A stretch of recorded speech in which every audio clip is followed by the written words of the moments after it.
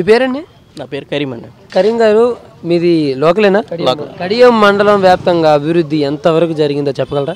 వేగం చాలా శరవేగంగానే జరిగింది అభివృద్ధి కడియం మండలానికి.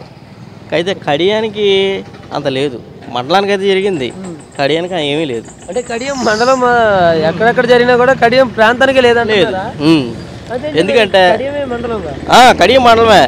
అయితే కడియం మండలం అంతా టీడీపీ, కడియం వైఎస్ఆర్ సర్పంచ్. అది అదే ఎమ్మెల్యే గారు, ఎంపీ గారు పనితీరుల గురించి మాట్లాడతారు కొంచెం. వాళ్ళ పనితీరుల గురించి మాకేం తెలుస్తాయండి. అభివృద్ధి గురించి అయితే చెప్పమంటే చెప్తాం. వాళ్ళ పనితీరులు, వాళ్ళ తలకాయ పోట్లు వాళ్ళకి బోల్డ్ ఉంటాయి. అంటే బాగానే మీరు ఏదైనా సమస్య అనగానే వెంటనే రెస్పాండ్ అయ్యే పర్సన్స్ రెస్పాన్స్ అయ్యే పర్సన్స్ అందుబాటులో ఉంటున్నారు ఉంటారు.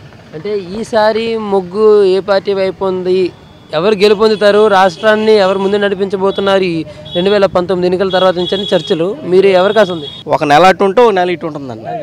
అది ఇప్పుడు మొన్నటిదాకా జనసేన అన్నారు, జనసేన అన్నవారు ఇవాళ వైఎస్ఆర్ అంటున్నారు, రేపు పొద్దునేమో.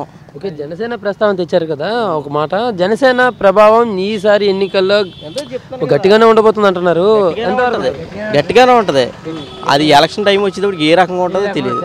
ఇప్పుడైతే గట్టిగానే ఉంది, పోయిన నెల ఇంకా గట్టిగా ఉంది, ఈ నెల ఏమీ లేదు. మరి అయితే ఏ పార్టీకి నష్టమైనా లాభమైనా చేకూర్చే విధంగా ఉంటుంది? జరిగే పార్టీ ఏంటంటే జనసేన పార్టీకి నష్టం జరగవచ్చు. జనసేనకేనా? మరి 2019 ఎన్నికల్లో ముఖ్యమంత్రి హంగి ఏర్పడి ముఖ్యమంత్రి అయ్యే అవకాశాలు పవన్కి ఉన్నాయనే వార్తలు అయితే వింటున్నాం. మేము వింటున్నాం. ఇవాళ అన్నది రేపు లేదు. ఇవాళ ఈయన అడుగు, నువ్వు రేపు వద్దు వచ్చి ఈయన అడుగు, మళ్ళీ ఈయన ఇవాళ చెప్పింది రేపు వద్దు చెప్పట్లా, ఆ పర్సన్ చెప్పట్లా.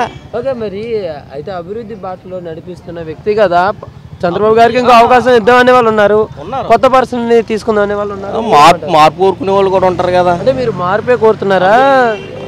మార్పే కోరుతున్నారు. మీరు మార్పే కోరుతున్నారు. సీనియర్ పర్సన్ కావాలనేది లేదా మీకు?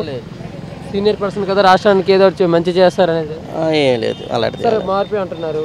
మార్పు కింద మీకు ఎవరు కావాలి? వైఎస్ఆర్ వస్తే మారుతుంది. చేసి పెడతారా? ఆయన చేసి పెడతారా అంటే చంద్రబాబు నాయుడు ఏం చేశారు, ఆయన అది చేస్తారు. అంటే వైసీపీ ఎంచుకోవడానికి ప్రధాన కారణాలు ఏమైనా? మార్పు, అంటే ఒక మార్పు కావాలనే విధంగా అంతే. మార్పు. ఓకే, వాళ్ళ తండ్రి గారిని చూసి అయితే కాదు. తండ్రి గారు ఏం చేశారండి? తండ్రి గారు చేసిన కాడికి చేశారు, అంతే. ఈయన వస్తే ఏదో చేస్తారని, అది ఏదో మార్పు వస్తే ఏదో చేస్తారు కదా అని, అంతే. పథకాలు అందరికి అందుతున్నాయా? పెద్దవారికి పింఛన్లు అయినా సరే, ఇల్లులు వచ్చాయా? గృహ నిర్మాణాలకు వచ్చేటప్పటికి చాలా ఇసుబుదలుగానే ఉన్నామండి. మీ వరకు అందేయా? ఏవైనా సరే రైతు పథకాలు అయినా సరే, రైతుల వరకు రైతు వరకు అయితే కొంత రుణమాఫీలు చేశారు, కానీ మాకు రైతులు అంటానికి మాకు వ్యవసాయం లేదు, రుణాలు. డ్వాక్రా మహిళలకు అన్నారు, అవి అందుతున్నాయా? కట్నంగా. మీ వరకు ఇల్లు అన్నారు, వచ్చే లేదు, రాలేదండి. సరే, కేసీఆర్ గారి గురించి ఒక్క మాట. ఆయన మొన్న మీడియా ముందు కొన్ని మాట్లాడినారు చంద్రబాబు నాయుడు గారి మీద, ఇప్పుడు అవి సంచలనంగా మారాయి. మీరేం చెప్పదలుచుకున్నారు వాటి మీద? కేసీఆర్ గారు ఏమంటారంటే తిడతారండి, చంద్రబాబు నాయుడు గారికి ఆయనకి పడుతుంది కాబట్టి తిడతారు. ఇవాళ చంద్రబాబు నాయుడు కేసీఆర్ గారు ఏమంటున్నారు, అవసరం అయితే లేఖ రాస్తానంటున్నారు. ఆయన రాష్ట్రాన్ని 2 ముక్కల కింద తీసాడు ఆయన. ఇవాళ వచ్చి లేఖలు రాస్తానంటున్నాడు.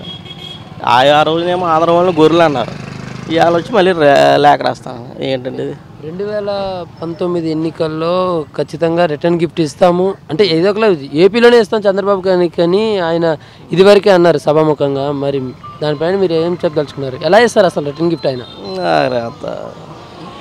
రిటర్న్ గిఫ్ట్ అంటే ఏమిస్తారండి ఆయన? అంటే ఏ రకంగా ఇస్తారండి? ఇక్కడ ఏమైనా పోటీ చేసేది ఉందా? ఇక్కడ ఉన్న పార్టీలకి ఏమైనా సపోర్ట్ ఇస్తారు?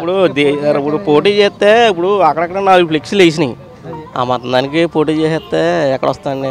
ఇప్పుడు దాకా ఫ్లెక్సీలు వేసి అన్నారు. ఎక్కడ రావులపాలని, పచ్చి వెస్ట్ గోదావరిని ఆయన ఫ్లెక్సీలు వేసినాయి. ఏదో అభిమానులు ఉన్నారు అలా. ఆంధ్ర వాళ్ళని గొర్రెలు కట్టని తవరేశారు, కొట్టి తవరేశారు. ఇవాళ 4 ఫ్లెక్సీలు వేసినాయి. ఏమో భవిష్యత్తులో రాబోయే తరాలకి ఏమన్నా 3-4 టర్మ్ తర్వాత కేసీఆర్ గారు స్థాపించవచ్చు, ఇక్కడ స్థాపించే అవకాశాలు ఉంటాయి.